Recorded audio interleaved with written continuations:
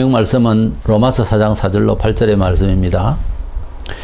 일하는 자에게는 그 삭시 은혜로 여겨지지 아니하고 보수로 여겨지거니와 이를 아니할지라도 경건하지 아니한 자를 어렵다 하시는 이를 믿는 자에게는 그의 믿음을 의로 여기시나니 일한 것이 없이 하나님께 의로 여기심을 받는 사람의 복에 대하여 다윗이 말한 바 불법이 사함을 받고 죄가 가려짐을 받는 사람들은 복이 있고 주께서 그 죄를 인정하지 아니할 사람은 복이 있도다 함과 같으니라. 아멘. 말세가 되면은 다니엘서 12장 4절에 마지막 때에 많은 사람이 빨리 왕래하며 지식이 더하리라 이렇게 예언이 되어 있는데, 실제 중세기 문예부흥을 이탈리아에서 시작되었는데 온 세계의 신중심 사상에서 그 가톨릭적 어떤 강압적인 사유에서 자유하여서 인간의 이성의 자유를 부르짖고 온 세계로 이제 이성화하는 그런 역사가 이어져 와다가 20세기에 신학에서도 결국 인본주의 사상이 많이 표출이 되었습니다. 그러다가 최근에 종교 다원화주의를 주장하는 이런 사회복음주의 이런 사상들이 교회에 만연해져 버렸습니다. 이러면서 오직 하나님의 그 약속 예수 그리스도를 통한 믿음으로 구원을 받는다고 하는 이 신칭의의 이 사상이 기독교의 사실 구원의 핵심 이론인데, 루터와 칼빈에 의해서 이 종교개혁을 할 때에 성경을 통해서 주신 하나님의 은혜의 계약이 바로 이 신칭의 믿음으로 구원받는다는 이 사상인데, 이 구원의 핵심 진리가 이제 뿌리째 흔들리고 있는 것이 사실입니다. 이래서 우리는 이런 혼란한 시기에 우리 자신의 구원과 공동체의 그 기독교인으로서의 정체성을 특별히 구원론에 있어서 명확하게 해둬야 되고, 또 그렇게 저절로 그 구원을 보유해 나가면서 지켜지지는 않습니다. 본래부터. 그러니까 항상 깨어서 이 진리 사상에 충실할 수 있는 우리가 사유화되고 믿음이 되고, 그리고 우리의 정체성을 확립해 나가면서 우리 신앙이 단단해야 될 줄로 믿습니다. 이래서 바울이 말하고 있는 이 여러 서신에서 말하고 있는 구원의 진리 중에서 이 본문만 해도 우리에게 하나님께서 우리에게 주신 구원이라고 하는 것은 어떤 사람으로서 어려운 행위라든지 어떤 대가의 어떤 삭스로서 구원을 주신 것이 아니라는 그런 주장을 하고 있습니다. 이 본문을 통해서 주제를 구원은 삭시 아니다, 보수를 받는 것과 같은 그런 삭시 아니다 라고 하는 말씀으로 은혜를 받고자 합니다. 첫 번째로 우리가 생각하고자 하는 것은 영생구원, 그러니까 사람으로서 구원을 받는다라고 할 때 영원한 구원을 말하는 거예요. 이 영생구원은 그 어떠한 시대, 그 어떠한 사람의 형편에서든지 노력의 대가가 아니라는 것이 철두철명하게 분명하게 하나님의 은혜의 계약에 대해서 우리가 믿음이 굳어져야 되고, 이 믿음을 근거로 해서 무슨 생각을 하든지 이 사유를 발전시켜야지, 하나님께서 이렇게 확실히 주신 은혜의 계약을 무너뜨리면은 다른 거 아무리 잘해도 한마디로 말해서 소용이 없는 인생 삽니다. 그래서 하나님께서 믿으라고 하는, 또는 하나님께서 허락하신 구원의 은총에 대해서 그 핵심을 먼저 붙들고 있어야 되는 거예요. 일반적인 종교성에는, 또는 우리 일반 사람의 사회의식, 윤리의식에는 가령 종교를 가진다, 또 그 신에게 나아간다 라고 할 때에 어떤 태도를 준비해야 된다, 어떤 삶의 어떤 태도를 바꿔놓고 그리고 하나님을 만난다, 이렇게 보통 생각을 하게 되어 있습니다. 그래서 어떤 예의라든지 이런 차원에서 말이죠, 보편적인 생각이죠. 우리 사람 사는 사회에서 그렇게 바로 착하게 살아야 하나님이 우리를 용서하시고 또 구원을 해 주실 것이다, 이런 관념을 가지고 있어요. 이런 생각이 어디서 왔을까 하는 거예요. 뭐 어디서 오고 간에 우리 사람이 무엇을 생각을 할 때마다 그 접견하고 이제 만나러 가는 그 상대에 따라서 뭐 사람이든 신이든 물질이든 그 대상에 따라서 우리 마음 갖춤이 아니냐 하는 예의에 가까운 이야기고 도덕과 윤리적인 인격적인 얘기죠. 그것이 이 사회를 살아가면서 틀렸다는 말이 아니에요. 그래서 범종교에도 다 그 계율이라는 게 있어요. 그거 보면 전부 행동 지침이 일반적으로 살아가는 사람들보다 사뭇 다르게 좀 더 선하게 사는 그런 내용들이 대충 다 갖추어진 이런 범종교의 어떤 윤리의식이에요. 근데 이런 윤리의식이 어디서 생겼느냐는 거지요. 그 윤리의식이 좀 더 사회화한다면 인격이라는 거예요. 그렇게 선한 인격, 선한 삶의 태도로서 살아가는 인격, 이것이 하나님께 나아가는 기본적인 자세 아닌가. 보통 이렇게 생각을 하고 사는 거죠. 그렇게 생각을 하고 기독교도 맞이하는지도 모릅니다, 사람이. 그런데 우리 사람이 가지고 있는 어떤 어려움, 선행 이런 것은 사실은 시대마다 우리 자신들도 바뀌었고 동시대에 살아가면서 지구 반대편에 있는 사람은 생각을 다르게 합니다. 그러니까 신은 한 신인데 가령 그랬을 때에 우리가 어떻게 바로 살아가는 기준이 정해지기 어렵잖아요, 사실은. 그러면서도 우리가 한 지역에 살면서 그 지역의 문화 속에서 가치관 속에서 사회 정서 속에서 적어도 하나님을 만난다고 할 때는 이렇게 해야 된다라고 하는 생각을 내보일 때, 대중적인 생각이 이렇게 모여졌을 때 그게 정상적인 생각이냐 하는 것을 비판을 받아야 됩니다. 적어도 우리가 성경 진리에서 비판받기 전이라도 다른 나라에서도 그렇게 생각하는지도 생각을 해보고 비판을 해야 되는데, 우리가 가지고 있는 우물이라는 깨구리라고 이 안에 있는 생각과 가치관 이상으로는 생각하기가 참 힘들거든요, 사람이. 그렇기 때문에 여행을 하고, 그렇기 때문에 우물이라는 개구리라는 소리 나오잖아요. 우리 사람이 가지고 있는 판단 능력과 윤리 가치관, 심지어 도덕관까지 우리가 가지고 있는 우리 지역의 우리 관습이 옳다라고 생각을 하기 때문에 그렇게 사는 거예요. 근데 측면에서 외국에서 와가지고 그 틀렸다 이렇게 해버리면 화부터 먼저 나겠죠. 근데 내가 화를 내는 게 정상이냐는 것을 비판해 봤냐고요. 안 합니다, 사람은. 왜냐하면 그 시대에 그 지역의 관습 속에서 살 때는 그렇게 좀처럼 자기를 혁명화할 수 있는 어떤 그런 그 기초가 없죠. 우리가 책을 통해서 남의 나라에 혹은 역사를 뛰어넘어서 타임머신을 타고 과거의 것까지 다 이렇게 역사 문화를 보면서 우리 자신을 비판할 수 있는 이런 오늘날처럼 이런 문화 시대가 아닌 때는 더더구나 심했었어요. 그러니까 한국교회 초기에 기독교가 들어왔을 때는 지금 불신자 가정에서 예수 믿겠다고 누가 기독교로 이제 자기 종교로 삼으려고 할 때에 과거처럼 그렇게 핍박은 심하지 않을 거예요. 그만큼 이해의 폭이 넓어졌다고 할까요? 어쨌든 우리가 살아가는 데 있어서 어떤 그 나라의 관습이라든가 지역의 어떤 가치관, 그 시대가 주는 풍세, 그런 풍습 이런 것들에 의존하고 그렇게 평준화되어 가서 묻어 사는 거죠. 우리가 보통 흘러갈 때에. 그런 세대에 맞춰서 살아가지 않으면 이상스러운 사람으로 보니까 또 외톨되기는 싫지 않아요? 자, 그런 가운데서 하나님께서 어느 시대나 하나님이 참신이시고 다른 잡신은 모두 다 잘못되었다 이라고 하는 이런 종교 문화의 어떤 특별한 절대적 어떤 가치를 부여할 때, 그렇게 도전되어졌을 때 이 시대도 마찬가지로 이것은 뭔가 짚고 넘어가야 될, 이것은 상당히 격렬한 어떤 충돌이 예상되는 이야기죠. 옛날만 아니라 지금도 마찬가지인 거예요. 자, 하나님이 우리 사람을 구원하실 때 다른 종교에서 말하는 어떤 예의를, 어떤 그 법례를 따라서, 규율을 따라서 어떤 도를 닦고 뭐 선행을 하고 이런 차원은 옛날에는 지금은 보통 사람들이 가지고 있는 보통 사회적 윤리의식이에요. 근데 그런 것으로는 안 된다라고 하는 것이 이제 본문의 내용이에요. 하나님의 은혜를 받고 하나님을 경험하고 하나님의 기적을 체험하려고 하면은 그딴 생각으로는 안 된다는 거죠. 어떻게 보면 듣기에는 굉장히 기쁜 소식이고, 그래서 복음은 기쁜 소식이라는 뜻이에요. 굉장히 기쁜 일인데, 우리가 통념상 이게 어떻게 이해를 내 혼자만 받아들인다고 이게 바른 지식이냐 하는 데 대해서 흔들린단 말이에요. 그렇게 흔들리지 않으면 궁금해 하지 않는다고 하는 것은 하나님께서 주시고자 하는 말씀을 안 듣는다는 이야기예요. 제대로 들으려고 하면 우리가 가지고 있는, 가득 채워 있는 일반 상식으로는 안 맞기 때문에 갈등이 와야 정상인 거예요.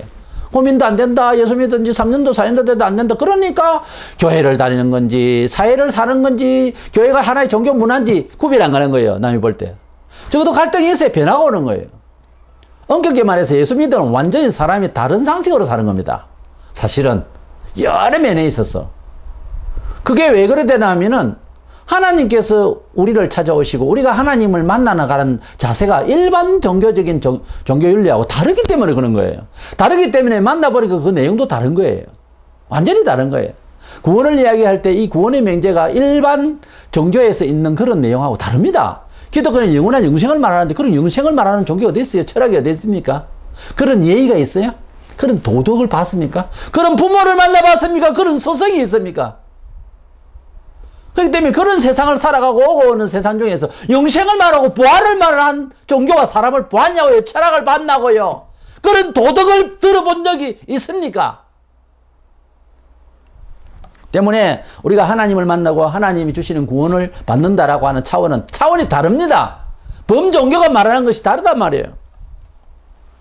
본문 4, 5절에 일하는 자에게는 그 삭스의 은혜로 여기지 아니하고 일을 하고 보수를 받는 것은 은혜로 주신다, 선물로 이 생각하지 않는다 아닙니까? 보수인 거예요. 응당한 임금이다 말이에요.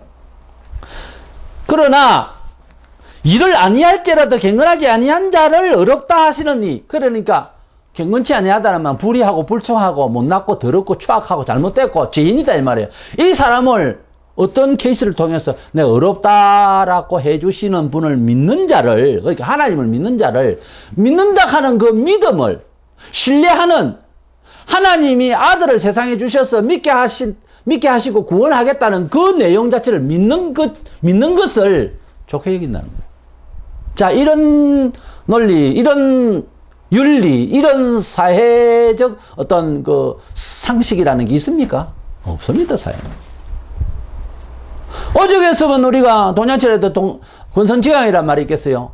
잘 하는 데는 복 주고 잘 못하는 데는 벌을 받는, 이런 논리에 가득 차 있는 세상이지, 잘 못했는데 그냥 하나님께서 어떤 은혜의 그 계약을 주셨는데 그 계약대로 믿으면은 좋게 여기겠다, 이런 게 어디 있습니까? 이런 게 어디 있느냐라고 생각하는 게 정상인 거예요, 사람의 생각으로는. 우리가 일반 사회 윤리적인 차원에서는 일에 대한 임금으로 보수를 받는 것이라고 하는 것은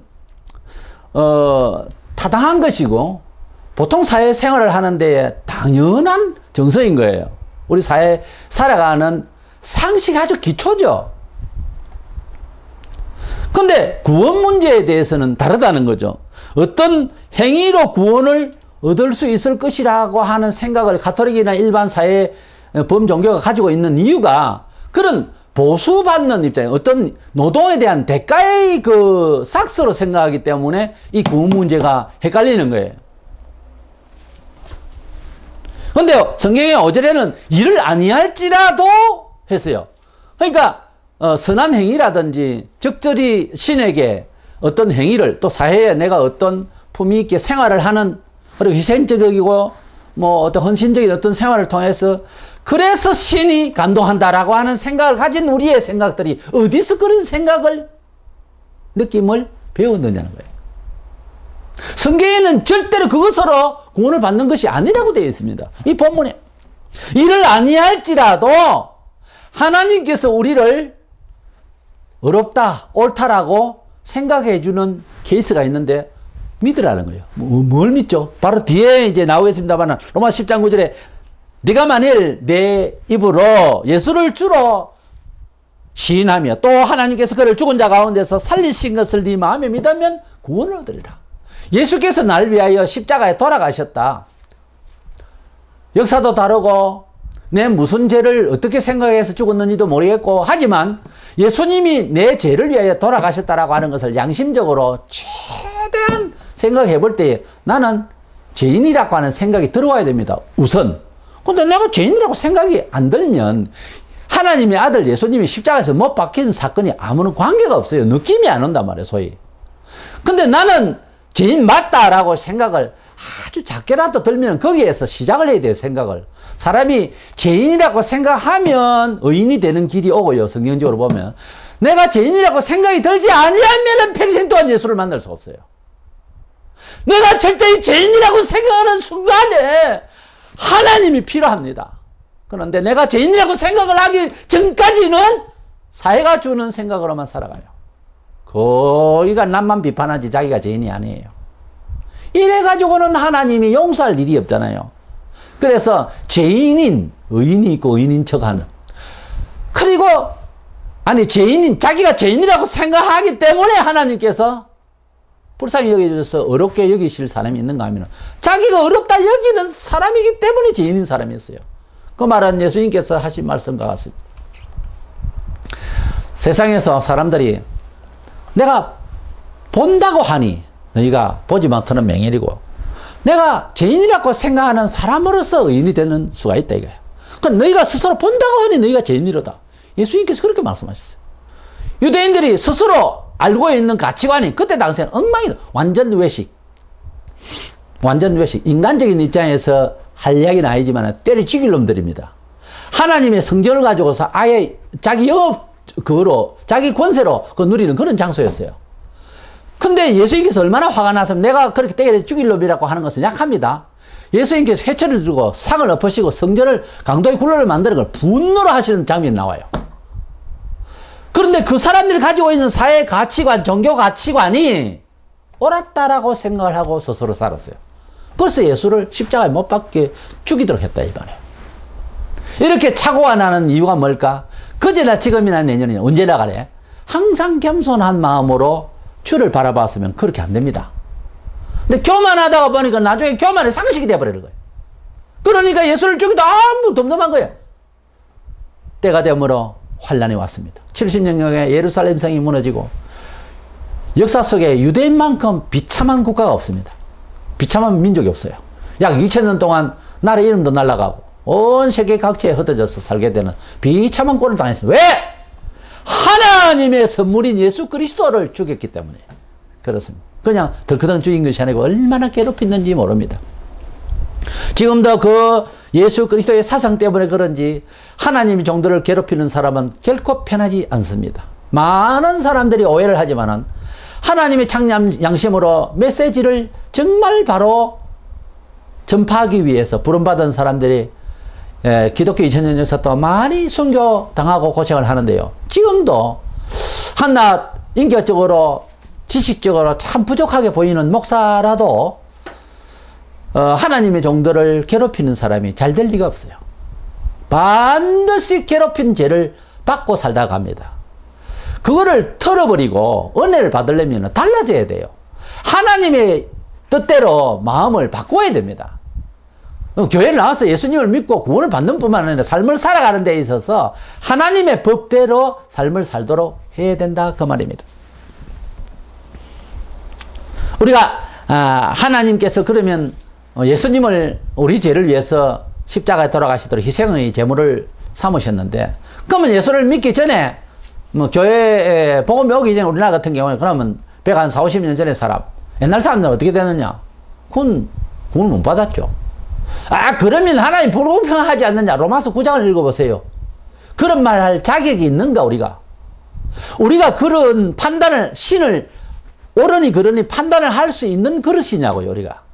아니죠. 분명히 그건 인정해야 되겠죠. 하물며 하나님이 어떻게 하신 일에 대해서 언약에 대해서 우리가 이렇다 저렇다 어떻게 말을 하려고 그렇게 대들려고 그러고 하느냐 이거예요. 가당치도 않는 태도예요.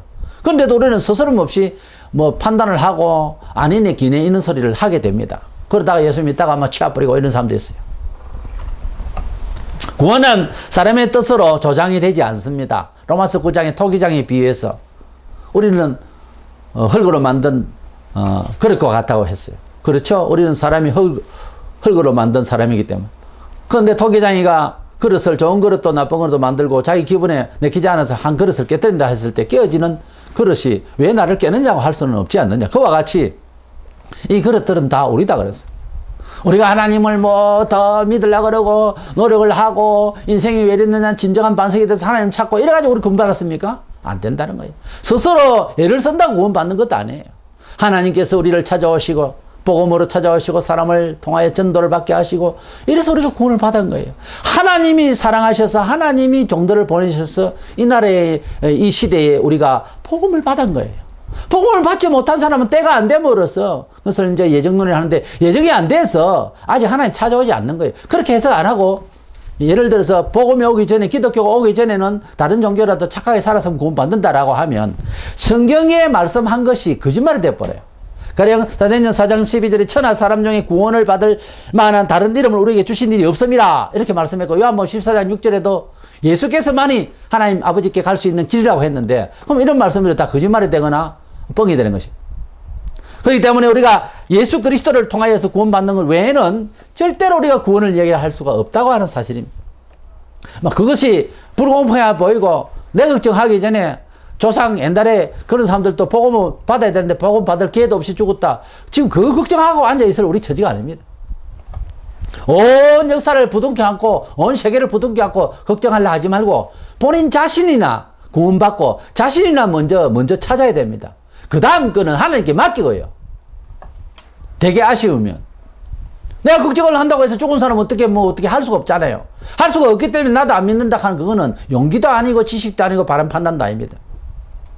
우리 사람이 살아가는 지구촌은 이렇게 가치관이 다르고 우리의 선행의 어떤 기준을 잡을 수가 있는 것이 없습니다. 때문에 우리가 판단하고 우리가 생각하는 것은 겨우 해봐야 우리 시대에 사는 오래된 이런 여러 자료를 통해서 조상대로 이어진 어떤 역사관, 가치관도 있겠지만은 어쨌든 그 시대에 살아가고 그 시대에 가지고 있는 가치관 그것으로서 겨우 해봤자 하나님을 생각하겠다는 것밖에 안 됩니다.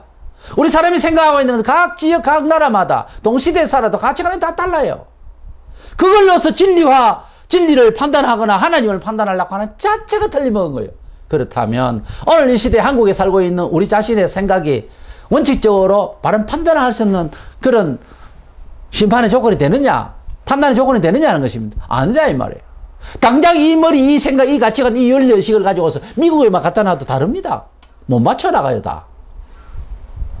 그렇기 때문에 우리가 이것이 선행이다 아니다 하는 것조차도 막 특별한 어떤 몇 가지 조건 외에는 거의 많이 다릅니다. 외국과. 그런데 뭘 시는 한 분인데 한국 시로 봐주고 미국 시로 봐주겠어요? 그게 아니지 않습니까? 이 때문에 성경은 온 세계에 2000년 동안 그대로 통합니다. 공자월 명자월이 지금 통합니까? 우리 시대에 살아가고 있는 우리 시대의 조상의 뜻이 그대로 적합하겠어요? 안 되지 않습니까? 변하지 않습니까? 어쩔 수 없이 변하고 어쩔 수 없이 마음도 변합니다. 가치관이 변해요. 의식이 변해요. 옛날식으로 누가 어떻게 살아요?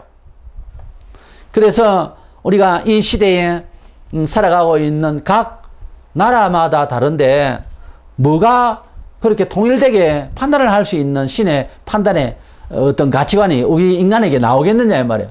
이 말을 알아들었으면 다시는 사람이 가지고 있는, 그리고 그대가 가지고 있는 지식이 도대체 얼마나 되면 책을 얼마나 읽었습니까? 얼마나 선의 경험이 있고 얼마나 인간의 그 깊은 경험을 했습니까? 어떤 면에서는 죄를 얼마나 지어봤습니까? 어떤 면에서는 어떤 선행을 그렇게 해봤습니까? 아무 경험도 없이 그냥 듣고 보고 본능적으로 깨달은 정도 그 지역에 살면서 그 시대에 그 나이만큼 많은 생각을 가지고 하나님을 이해하겠다. 그건 아니에요.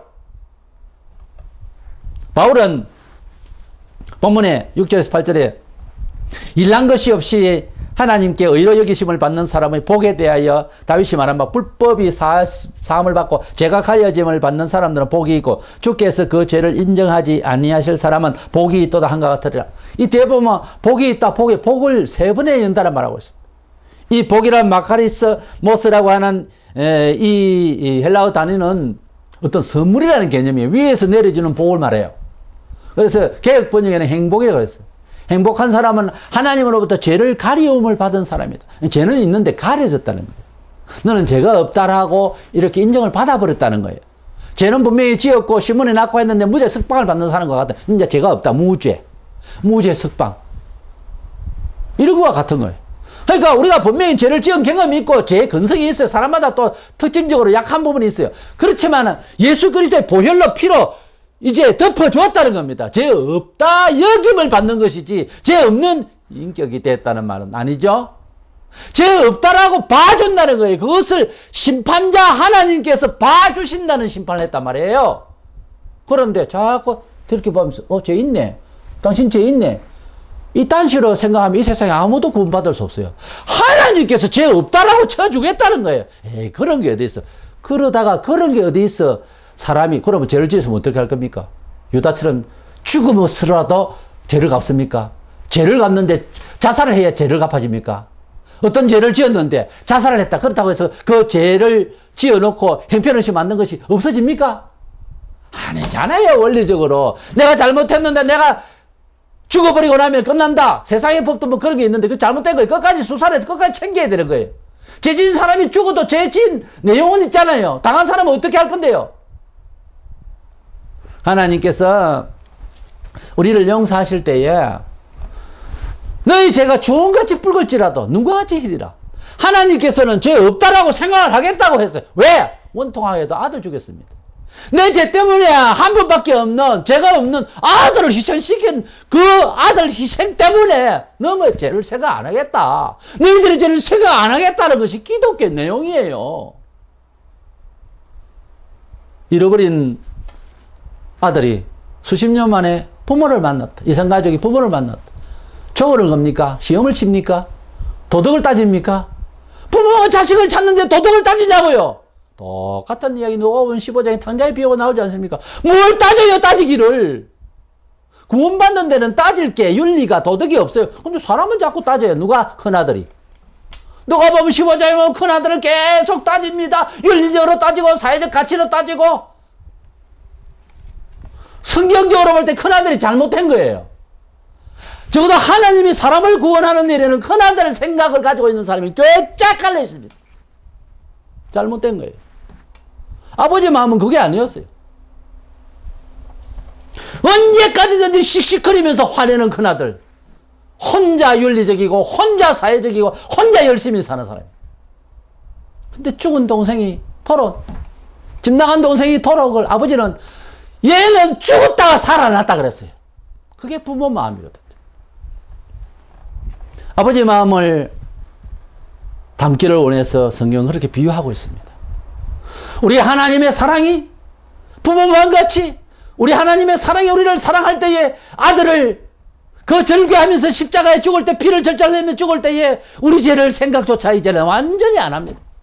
아들을 그렇게 죽이기까지 하나님이 우리를 이처럼 사랑하사 그렇게 용서해 줄 때 가는 우리는 새빨갛게 눈을 뜨고 죄인을 지적하고 잡아내고 집에 돌아왔는데도 욕하고 이런단 말이에요. 이게 하나님 집에 일어나는 고소고발 사건과 미움들이에요. 말이 안 됩니다. 우리가 하나님께서 우리를 구원하셨다고 하는 이 구원의 내용 자체가 통로가 조건이 순전히 일방적이에요. 하나님 당신의 아들을 희생을 시킨 거예요. 그래서 그 희생양이 된 예수 그리스도의 십자가의 죽음이 내 죄를 위하여 죽었다라고 성경에 계속 말하고 있어요. 예수님 자신도 말하고 있고. 자꾸 안 믿습니다. 왜 당신이 죽었는데 내가 왜? 자꾸 그러고 있어요. 그래서 내가 성찰해야 되고 내가 착해야 되고 우리가 착해야 되고 우리 교회가 새해서 잘 돼. 물론 착해야 됩니다. 근데 그걸로서 구원을 받았네 안 받았네 하는 조건은 아니라고 말해요. 성경에는. 그런 식으로 말하면 안 됩니다. 우리의 선행이 좀 보탬이 돼. 아니요. 아니요. 우리의 선행 보탬은요. 똥냄새 납니다. 잘못하면. 사람만큼 더러운 게 없어요. 상한 심령이라고 해서 사람의 심령만큼 더러운 게 없다고 했어요. 근데 그런 걸 인정을 안 하는 게 대단하죠. 한 번도 그런 생각이 안 든다. 가끔이라도 생각이 안 든다. 무서운 사람이에요. 독하다 못해 이것은 위험한 사람이에요. 가서 똥을 차고도 나 똥 아니라고. 금이라고. 그거 똑같은 이야기. 어떤 집안에서 어떻게 예수를 믿든지 간에 성경에 있는 그 고백들만큼 닮아가지 않는다고 하는 것은 그 많은 사람들이 자기를 비하하고 그렇게 겸손하고 매일 그걸 닮아가지 않는다고 하는 것은 이상한 사람이에요. 그런 마음이 안 일어난다는 자체는 이상하다고요. 하나님이 정이 한 가지. 그렇다면 우리는 이 은혜를 받아서 은혜로 순전히 구원을 받았고 하나님께서 부모가 되어서 우리를 불러서 우리를 만나주셨는데 이산가족이 되었다 만나주셨는데 이제 만나줬을 때에 생활은 어떻게 두 번째 이제 해야 될 것이냐는 거예요. 생활을 어떻게 할 것이냐.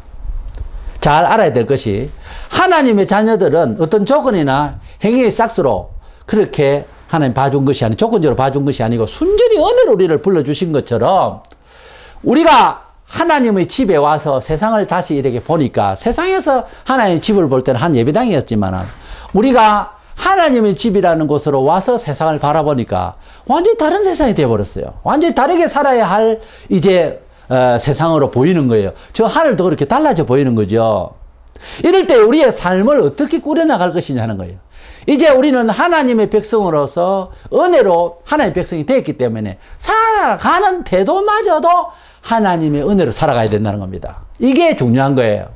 그럼 그 방법에서 첫 번째로는 먼저는 하나님의 성경 진리의 보편 진리에 충실해야 됩니다. 예수를 믿으면은 사람이 눈이 열리고 간절히 하나님의 뜻대로 살고자 하는 그런 의욕이 강하게 일어나 눈이 바짝바짝합니다. 성경을 알려고 막 들으려고. 성경 내용 잘 모르잖아요, 처음에. 근데 많이 들으려고 그러고 이제 기회가 있고 하면 여유가 되면 또 서적도 사고 성경책은 물론이고 해서 열심히 배우려고 해요. 그걸 억지로 강요에 의해서 교회 광고를 해가지고 언제 공부합니다. 나오라.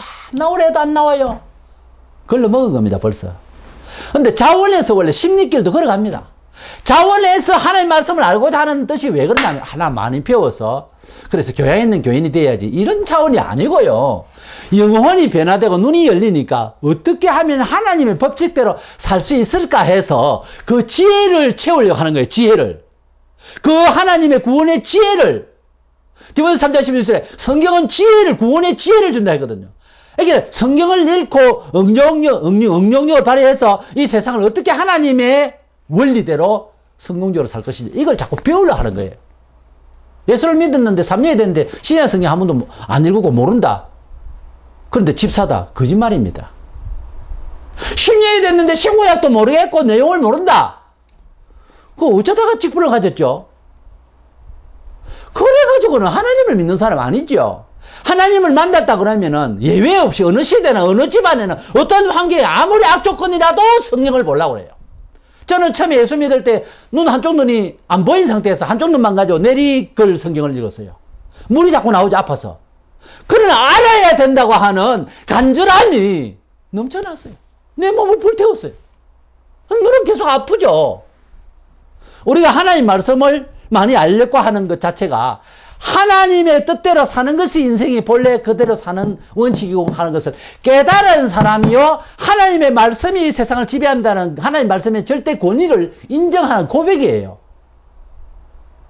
하나님 말씀대로 살아야겠다는 자체가 쉽지는 않지만 이 말씀대로 살려고 하는 자체가 간절함이 하나님을 인정하고 내가 하나님 자녀가 됨을 고백하는 태도단 말이에요.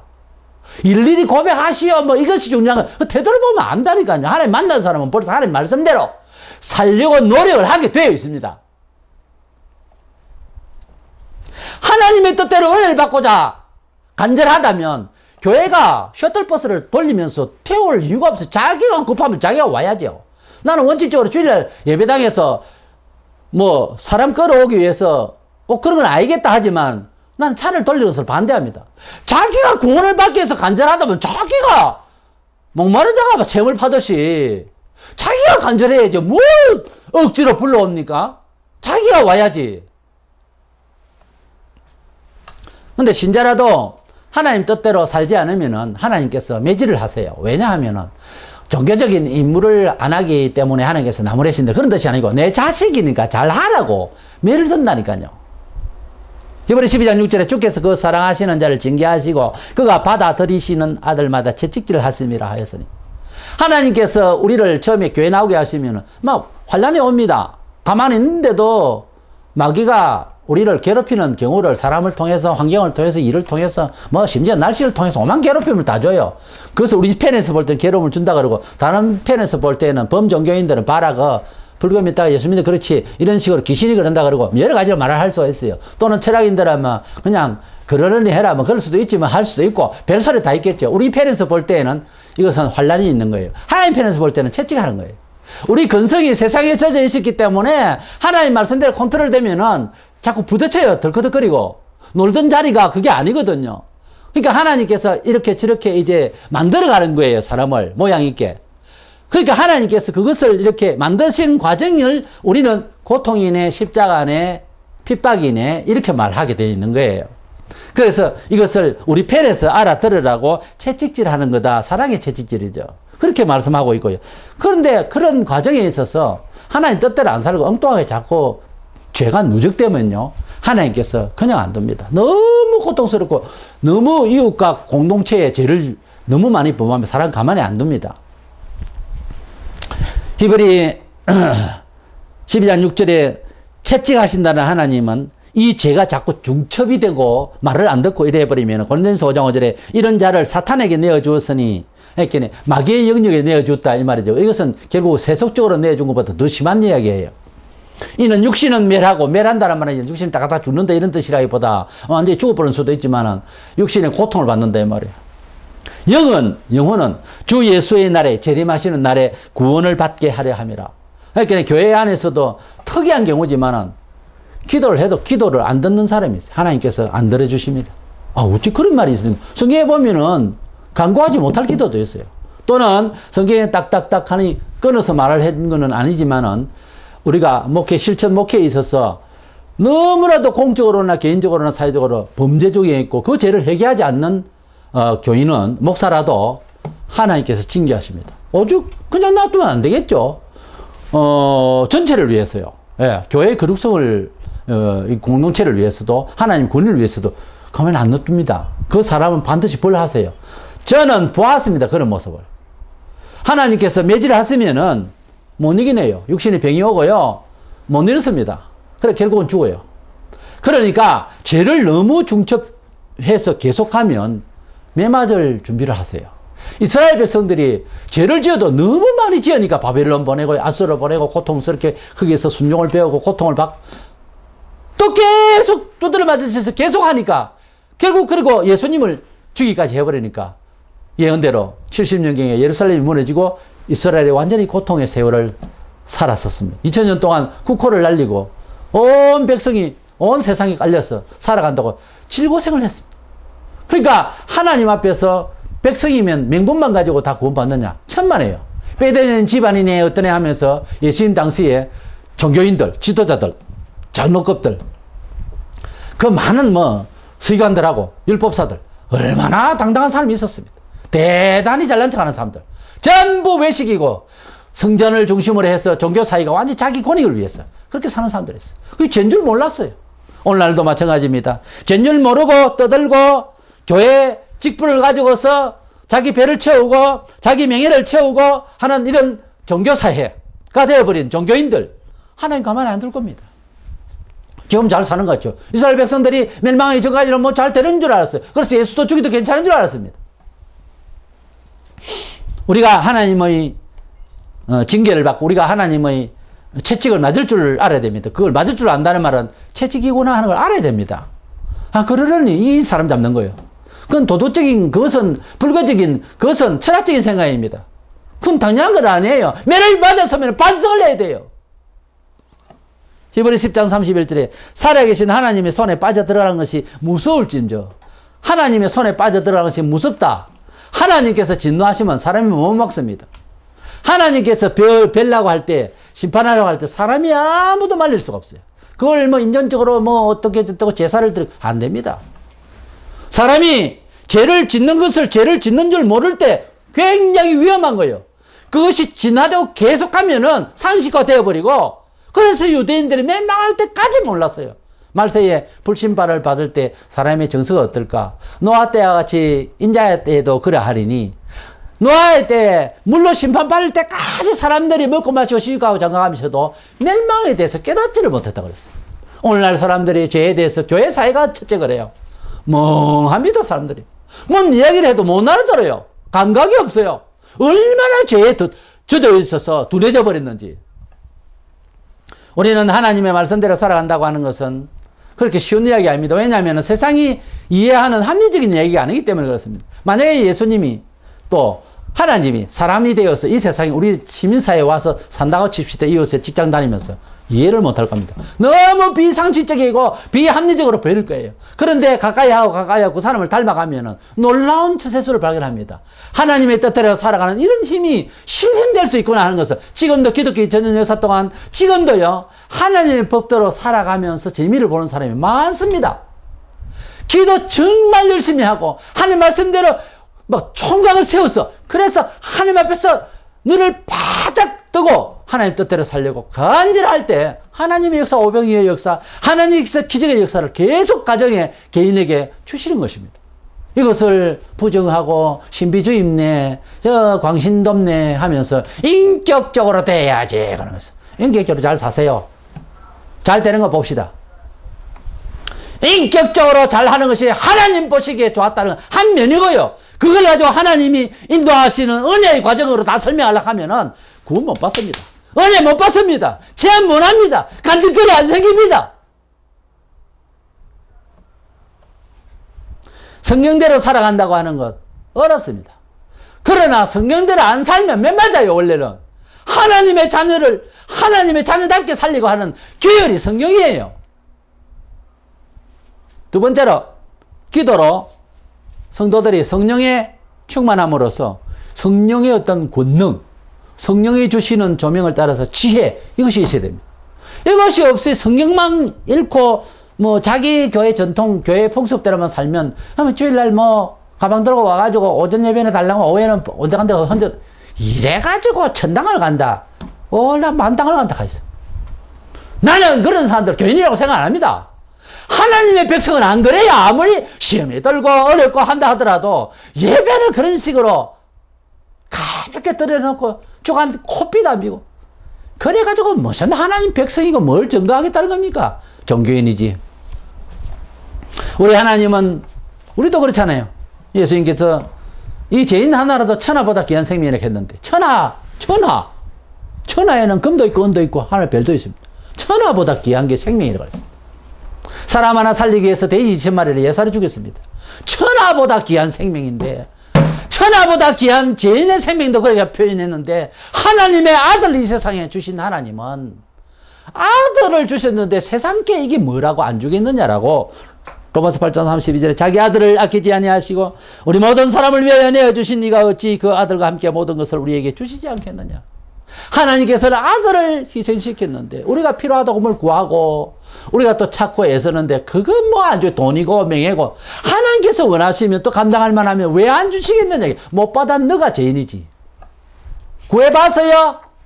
필요합니까? 어디에 쓰려고 했습니까? 분명하면 하나님께 간구했으면 응답받습니다. 하나님께서 아들을 주셨는데 그까지 세상 것 그게 무엇이라고 안 주겠냐. 기독교 2000년 역사 동안 이 말씀대로 믿고 기도하고 무릎이 닳도록 기도하고 그냥 피곤하도록 기도하고 눈이 따갑도록 기도하고 우리 하나님 앞에 간절히 간구했더니 응답받은 일을 많이 체험들 했습니다. 남의 간증들 하면은 이야 신기하네. 나 그 사람 하나님 백성이야지 의심스러워요. 그런 게 어디 있습니까? 내 체험이 혹시 그 사람에게 못 따라가더라도 그것이 인정되어지고 내 가정에 내 개인에게 그런 일이 일어나기를 소원하는 것이 정상이지. 야, 뭐 영화 보는 것처럼 야 그럴 수도 있는가 봐. 야 그럴 수 있을까? 이게 지금 중생한 사람이 정신입니까? 중생한 사람이 듣는 귀냐고요. 나 이해가 안 갑니다. 개인적으로. 우리는 하나님의 백성이 될 때 어떤 사람이 이런 식으로 백성이 되고 저 사람은 저런 식으로 백성이 난 그런 거 없다고 생각해요. 모두 다 통하는 것이 300년, 400년 전에 찬송을 번역해서 지금도 부릅니다. 그때 그 사람 심정이 지금 내가 표현하고 있는 심정하고 똑같은데 어떻습니까? 하나님의 뜻은요. 옛날이나 지금이나 똑같이 마음이 서로 통해요. 그러면 아브라함도 만날 것이고 모세도 만날 것이고 베드로도 만날 것인데 우리가 기억하고 있는 2000년의 사도들을 천국에 가서 부활해서 만날 때에 무슨 생각으로 만났는데요? 그 사람들이 가지고 있는 생각이 우리 생각이고 우리 생각이 그 사람의 생각이 돼야 만나야 의식이 통할 것 아닙니까? 아무리 부활한 몸이라 하지만은. 그런데 그 사람 만나가지고 의식이 못 통할 사람이 있다니까요. 그 사람들이 누구냐? 지금 내가 말씀드린 그런 얘기예요. 남의 간증소리를 듣고 그런가 민가 긴가 이러고 있는 사람들은 그거 갖다 놔도 여기가 천당인지 만당인지 모른다 이거지. 내가 볼 때는.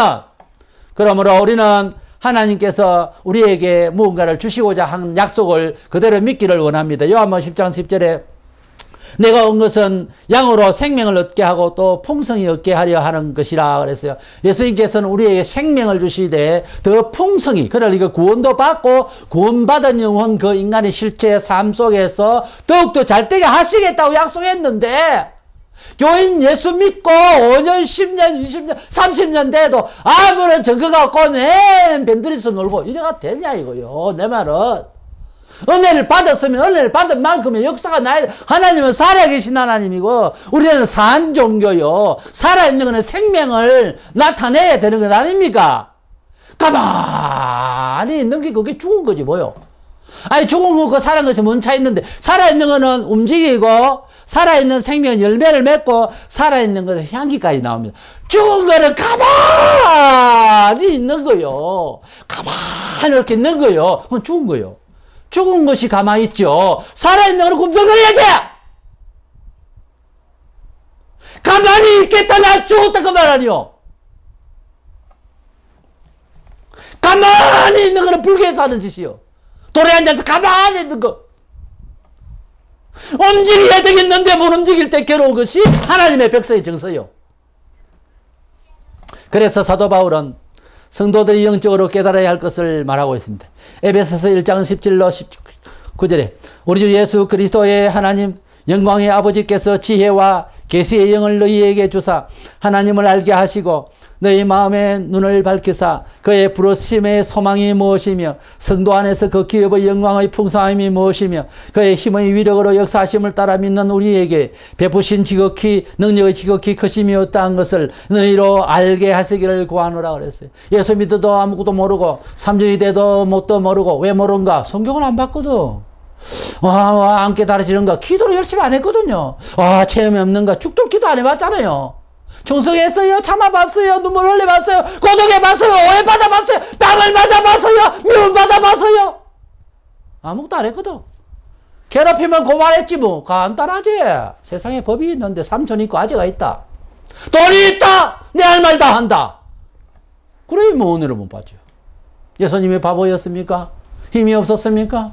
오해받고 산에 올라서 기도하시고 아버지요. 예루살렘 성을 보시고 우시고 심성이 약했습니까? 우리는 하나님의 뜻대로 구원을 받았습니다. 구원받은 사람은 하나님의 뜻대로 또 세상을 살아야 됩니다. 하나님의 뜻은 성경에 표준화되어 있는 성경대로 살아야 됩니다. 달 살리고 그렇게 하는 것이 제도가 아니고 자원하는 심령이 그렇게 됩니다. 하나님 백성으로서 달라졌으니까 어떻게 살고 규칙이 뭐지? 그렇지 성경이지. 이렇게 됩니다 원래. 이것은 신학적으로, 이것은 교리적으로, 이것은 강압적으로 가르쳐서 된 것이 아니고 저절로 그렇게 되게 되어 있습니다. 그렇게 안 된다. 목사님 너무 깊이 가르친다. 틀림없는 거예요 벌써. 그 영이 정상이 아니에요. 아주 위험합니다. 교회 안에 위험한 영이 우울해요 사실은. 그러니 목사가 제대로 눈을 뜨고 보면은 못 봅니다. 계속 영들을 위해서 기도해 줄 수밖에 없어요. 지 마음대로 넣어. 제 마음대로. 오늘날 교회 선생들의 가르침이 흔들리고 있어요. 교단도 하나님께서 어떤 특색을 줘가지고 어떤 동기 유발이 있어서 어떤 교단된 그 특색들 하나님 영광을 돌려야 되는데 그 교단의 색채도 불분명합니다. 이건 말씀입니다. 다시 깨달아 봅니다. 우리가 좋은 선생을 만나야 하는 것은 분명한데 사실은 엄격히 말해서 우리의 목적은 예수님이십니다. 예수님은 살아계십니다. 하나님 말씀과 기도로서 예수님을 개인적으로 신앙생활을 이것도 위험하지만 옆에서 좀 믿음의 선배들이 가르치주는 건 좋지만은 이 목사도 설교를 지금 하고 있지만 어떤 표들을 향해서 끌어가려고 하는 것이지 개인의 신앙을 채우고 나가는 것은 여러분들의 몫인 거예요. 개인적으로. 하나님 앞에서 3년을 믿어도 10년을 믿어도 사흘 믿어도 잘 믿는 사람이 있는 거면 10년을 믿어도 왔다 갔다 교회마다만 밟았지 별로 잘하지를 못한 사람도 얼마든지 있습니다. 연식이 아무 문제가 없어요. 사람마다 다 달라요. 집안마다 다 달라요. 개인적인 성향이 다 달라요. 그런데 그 믿음을 성숙시키는 과정에는 예외 없이 다 피눈물 나야 됩니다. 예외 없이 다 기도해야 되고 예외 없이 다 참아야 되고 예외 없이 다 순종해야 되고 교회 안에는 착한 사람, 좋은 사람, 나쁜 사람 그런 거 못 따집니다. 교회 안에는 하나님께서 인정하시는 사람과 하나님께서 미워하시는 사람 딱 두 가지뿐입니다. 교인은 사람을 볼 때 그렇게 보기를 힘써야 됩니다. 하나님이 좋아하는 사람은 하나님 말을 듣는 거예요. 하나님이 별로 안 좋아하는 사람은 하나님을 순종하지 않는 사람이. 그거 두 가지밖에 없어요. 뭐 혈액형이 어떻고 집안이 어떻고 성씨가 어떻고 어떤 가문이 다 소용없는지 그런 소리를 할수록 하나님께 가까이 가기 힘들어진다니까. 하나님이 우리를 부르실 때 은혜로 불러주셨고 신앙생활로 성공적인 삶을 살도록 하는 것도 은혜로 합니다. 그 은혜로 하는 게 눈으로 보이는 성경을 통해서 살려고 하는 생각을 먼저 해야 되고요. 성경대로 산다는 것이 세상에서 가르쳐주는 철학이 아니기 때문에 참 신비로운 거예요, 사실은. 성경대로 살아보면은, 예를 들어서 주일날 꼬박꼬박 교회를 다니기 위해서 직장 생활도 바꾸고, 주일날 상업 장사도 안 한다. 가령 오늘부터 하나님 뜻대로 살겠다고 하는 어떤, 보이는 하나님 뜻의 어떤 한 행동 방침으로서 주일날 교회 가야 뭐 불신자들이 예수를 믿는 것보다 하잖아요. 그것만 해도 간단하지, 주일 서서 옳다는 게. 그렇게 이제 딱, 주일날 문 내리고 장사 안 하고, 오늘만은 하나님을 찬양하고, 불쌍한 사람 도우러 가거나, 전도를 하거나, 하겠다. 일단 마음을 먹고 시작을 해보세요. 굉장히 힘들어요. 힘들어요. 오만 이유가 다 생깁니다. 그런데, 완전히 발을 묶고, 주님의 나라와 일을 생각하는 하루로 삼겠다고 마음을 먹었으면, 끝까지 가기가 굉장히 힘든데, 가면! 힘들어도 힘들 때에, 이렇게 함이 내게 복이 된다는 것을 알게 돼요. 그리고 그 과정을 넘어서면은, 은혜를 주고 복을 준다니까요. 정말 그렇습니까? 예, 그렇습니다. 제가 체험을 한 사람입니다. 주일 성수는 신학적으로 따지기 전에 할 만한 것이에요. 정말 복 받을 길입니다. 나는 되돌아보건대 아무리 생각해도 내가 복을 받을 일이 없다고 생각하는데 있다면 행위를 봐서 하나님께서 복을 주실 건데 구원은 행위가 아니잖아요. 그러면 그 행위가 어쨌느냐 하나님 말씀의 은혜대로 살겠다고 하는 간절함이 몇 가지가 있었거든요. 그것밖에 생각이 안 나요. 그 다음에 나는 불의하고 부족합니다. 그런데도 받은 은혜는 어디로 따져봐도 은혜를 받았어요. 저 나이 많은 모든 형제 자매 친구들 주변에서도 내가 제일 행복한 사람이에요. 오늘 여기 행복이라는 말이 연달아 3번이나 나오는데 정말 복 받은 사람이에요. 그렇다면 그 복이 어떻게 해서 왔겠느냐 하나님의 은혜로 살려고 하는 말씀과 기도 생활이 있었다. 그거죠. 그러니까 해보라는 거예요. 하나님의 부르심의 은혜를 받은 우리는 이제는 또 하나님의 은혜로 또 세상을 승리하는 삶을 꾸려나가야 되겠습니다. 교회 가서 영생구원만 찬양하고 그 다음에 집 나가서는 직장생활하고 사회생활하고 뭐든 인원하고 하는 데는 완전히 인간적인 계산을 계산하고 그래버리면 이것을 이원하라 그러죠. 이런 이원론적인 생활, 이런 괴리는 있어서는 안 됩니다. 성도들은 못해도 그렇게 하려고 해야 돼요. 하나님 뜻대로 뭐든지 처음부터 처음부터 그렇게 시작하고 가는 과정도 평가도 그렇게 해야지. 자꾸 이런 말 하나님 덜미기고 전부 내 의지대로 다 살아버려. 평가도 내 의지대로 해버리고 이래버리면은 예수 믿는 이유가 하나도 없잖아요. 가만히 돌에 앉아있다가 그냥 죽어버리죠. 구원받고 그냥 의향에 살려 하면 이 세상을 살아가려 하면 하나님의 뜻을 사모하면서 은혜를 체험해야 돼요. 은혜는 뭐 어떤 특별한 사람이 간증하기 위해서 내려주는 하나님의 특수 계시가 아닙니다. 모든 사람이 은혜대로 다 간증이 충만할 수가 있어요. 모두가. 그럼 어떤 사람은 은혜가 있어서 간증거리가 있고 어떤 사람은 은혜가 없어서 간증거리가 없는 이유가 뭡니까? 물으면 은혜가 없고 간증거리가 없는 사람은 하나님의 말씀에 은혜를 받겠다고 생각을 안 했겠지요. 하나님의 뜻에 원수를 사랑하라. 오늘 밤을 치며 왼밤을 돌대라. 그 말씀이 있어서 순진하게 누가 나에게 해를 끼쳤는데 용서했다. 그랬더니 눈물 나고 피곤하고 금세 나에게 돌아오는 것은 없고 당하고 바보 소리 듣고 심지어 교회 교인들도 지혜롭지 못하다는 소리를 듣고 광신도 소리를 들었다. 세월이 지났다? 똑같은 일을 놓고 이것은 인격적으로 이래서는 아니 된다. 교회가 이래서는 없지. 그래가 고소를 했다. 이겼다. 돈 받았다. 손해 안 봤다. 충분히 내가 만족스럽다. 쭉 세월 갔다. 누가 복 받을 것 같습니까? 어느 게 성경적이었습니까? 다 변명한 것들 다 맞죠. 그런데 성경대로 산다는 것은 매우 고독해요. 그렇지만 은혜를 받습니다. 이 운동이 이 복음의 본래의 모습을 우리 교회가 회복하지 않으면 한국교회는 끝납니다. 계속 고발하고 계속 떠들고 계속 싸우고 이러다가는 끝납니다. 유럽교회는 텅텅 비었고 서구교회도 그렇고 왜? 말세니까. 지금 우리 한국교회는 이미 말세를 가고 있습니다. 구조적으로 개혁 못해요. 그러니까 살아남은 자들이 영적으로 자기 신앙을 잘 보유하고 우리가 하나님의 나라에 갈 때까지 이 마지막 시대에 어떤 사람들은 30년 바라봐요, 말세를. 나는 그렇게 꼭 그렇게 동의는 하지 않습니다만은 나는 뭐 100년 잡고 200년 잡고 이런 사람은 아닙니다만은 시한부 종말론자는 아닌데 때가 정말 말세지 말이라고 하는 것은 사실입니다.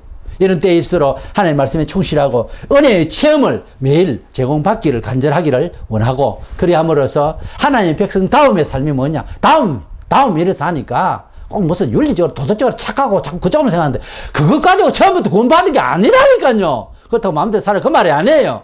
하나님의 뜻대로 살려고 하는 것은 은혜의 체험의 역사는 도덕 윤리 차원은 아니라 그 말이에요. 그 이야기를 가지고서 시시비비하면 끝이 없어요.